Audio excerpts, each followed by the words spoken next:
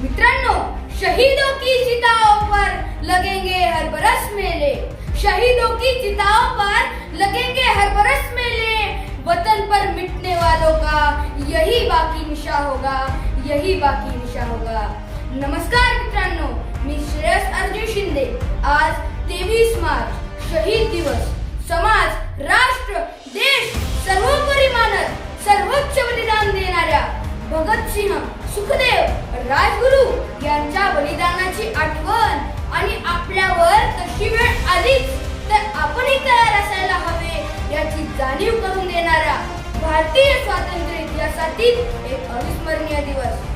कार्यक्रमासाठी लाभलेले सन्माननीय अध्यक्ष, प्रमुख पाहुणे, आदरणीय परीक्षक आणि माझ्या बालमित्रांनो, सरफरोशी की तमन्ना अब हमारे दिल में है, सरफरोशी की तमन्ना अब हमारे दिल में है, देखना है जोर कितना बाजुए का दिल में है, देखना है जोर कितना बाजुए का दिल में है। असे ललकारत स्वातंत्र्य लादणाऱ्या जुलमी इंग्रजांनी निष्ठुरतेचा कळस गाठला तेव्हा लाखो देशभक्त युवकांच्या गळ्यातील ताईत बनलेले हे तीन वीर इंग्रजांनाच आव्हान देत सरफरोशी की तमन्ना अब हमारे दिल में है असे म्हणत अन्याय करणाऱ्या इंग्रजांवरच तुटून पडले। त्याचा परिणाम असा झाला की देश पेटून उठला, भारतीय स्वातंत्र्य टप्प्यात आले आणि स्वातंत्र्याची पहाट आता दूर नाही याची जाणीव प्रत्येक भारतीयाला झाली।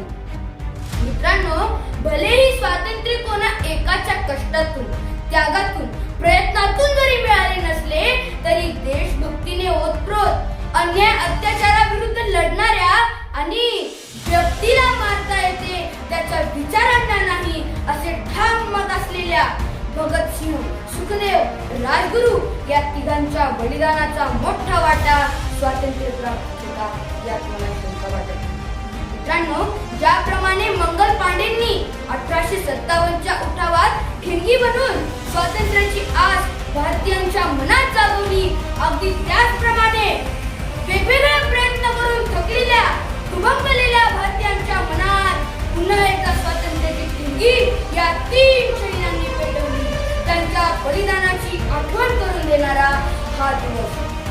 मित्रांनो, जसे जय भवानी म्हटल्या बरोबर तोंडून आपोआपच जय शिवाजी निघते, अगदी त्याचप्रमाणे इन्कलाब जिंदाबाद म्हणताच भगतसिंह, सुखदेव, राजगुरू या कोवळ्या वयातील शहीदांच्या स्मृतींना उजाळा मिळतो, अंगावर शहारे उमटतात, रक्त सळसळते, 10 हत्तींचं बळ अंगात संचारतं। मित्रांनो, भगतसिंह, सुखदेव, राजगुरू यांना मैत्रीत बांधणारे आणि देशभक्तीत लीन करणारे काही सामायिक गुण होते। ते म्हणजे कमानीचा राष्ट्रवाद, अदम्य इच्छाशक्ती, सामाजिक न्यायाची चाड, ज्ञान मिळवण्याची लालसा, निर्भीड धाडसी व्यक्तिमत्व जे त्यांना क्रांतीचा बुद्धिमान आत्मा जो विचाराने लढला, बलिदानाने जगला असा महान वारसा भारताला दिला। मित्रांनो, भारत विश्वगुरु होता नव्हे आहे सुद्धा हे सिद्ध करण्यासाठी आणि माझा समाज, माझा देश म्हणत सर्वस्व अर्पण करणाऱ्या या शहीदांच्या स्वप्नातील भारत घडवण्यासाठी प्रत्येक भारतीय युवकाने अंगी हे गुण बाणवणे ही काळाची गरज आहे। मित्रांनो, जात, धर्म, प्रांत, प्रादेशिकता यांची बंधनं तोडून मी भारतीय आहे, केवळ भारतीयच आहे या भावनेने भगतसिंहांप्रमाणे ज्ञान, ध्येयनिष्ठता, तार्किकता, सुखदेवांप्रमाणे क्रांतीचा बुद्धिमान आत्मा बनून, तर राजगुरूंप्रमाणे राष्ट्रवादी निर्भयता आणि संकटांना सामोरे जाण्याचे धाडस अंगी बाणवले तर भारताला विश्वगुरु बनण्यापासून कोणीच रोखू शकणार नाही। मित्रांनो, असे युवक जर आपला समाज घडवू शकले तर हीच खरी श्रद्धांजली असेल या शहीदांना। शेवटी जाता जाता शहीदांच्या भावना व्यक्त करतो।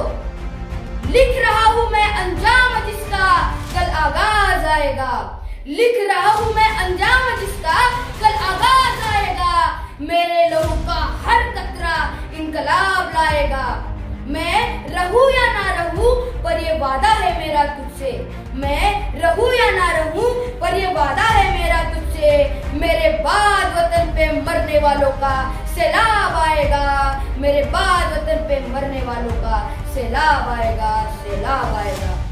हे शहीदांचे शब्द खरे ठरतील अशी आशा व्यक्त करतो आणि जाता जाता इन्कलाब जिंदाबादची जोरदार घोषणा देऊया.